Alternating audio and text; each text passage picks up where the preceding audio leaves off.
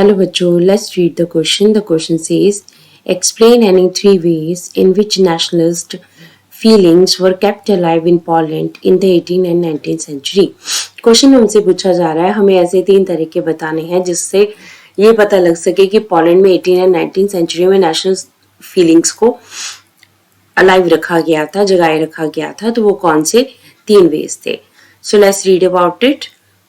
Answer says the following are the ways in which Poland kept alive nationalist feelings. ठीक है, हमारे पास नीचे दिए गए वेज हैं, हम डिस्कशन करते हैं जहां से हमें पता लगेगा कि नेशनलिस्ट फीलिंग्स जो है किस तरह से अलाइव रखी गई थी पोलैंड में. तो अगर हम यहाँ पे पोलैंड के नेशनलिस्ट फीलिंग की बात कर रहे हैं तो ये जानना जरूरी है कि पोलैंड 18th सेंचुरी में एक ऐसा एरिया था जो कि रशिया के अंडर था. जब वियना कांग्रेस हुई तो वो सारे एरियाज जो नेपोलियन ने कैप्चर किए थे उनको उन सारे चेंजेस को जो कि नेपोलियन ने किए थे उनको अंडू कर दिया गया. तो उसमें पोलैंड के एरिया जो नेपोलियन ने जीता हुआ था वो रशिया ने अब कैप्चर किया. अब जब रशिया ने यहाँ कैप्चर किया इस एरिया को तो किस तरह से पोलैंड के लोगों ने अपनी नेशनलिस्ट सेंटिमेंट्स को जगाए रखा उसको हमने यहाँ पर देखना है. तो सबसे पहले हमारे पास है रोल ऑफ म्यूजिक. कहते हैं म्यूजिक ने इंपॉर्टेंट रोल प्ले किया. तो करोल करुपिंस्की की बात आती है यहाँ पे.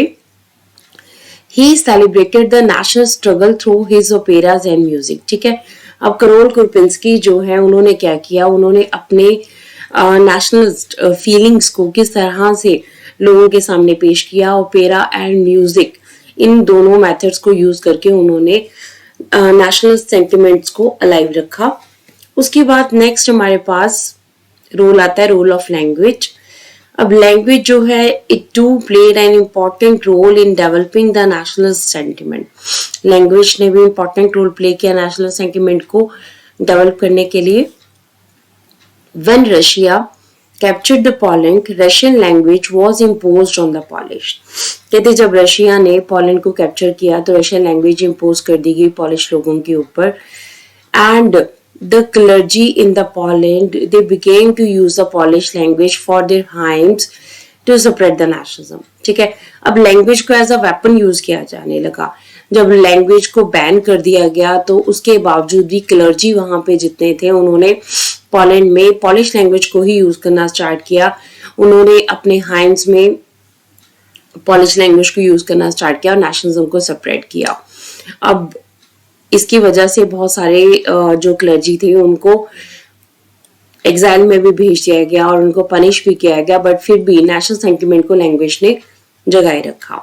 नेक्स्ट हमारे पास है role of folk dances and folk tales. Folk dances और फोक टेल्स ने भी कहते हैं नेशनल सेंटिमेंट को बनाने के लिए, डेवलप करने के लिए मदद की. अब वहां पे फोक डांसेस जो है जैसे पोलोनेज एंड मजूरिका, ये फोक डांसेस थे, were used as national symbols. ठीक है, अब इनको नेशनल सिंबल्स के रूप में यूज किया जाने लगा और इनके जरिए लोगों को नेशनल जो पैट्रियोटिज्म है उसके बारे में बताया गया. देश के लिए प्यार, इस चीज को जगाया गया. So this is the answer of the question. Hope so you understood the question as well as the answer. Thank you.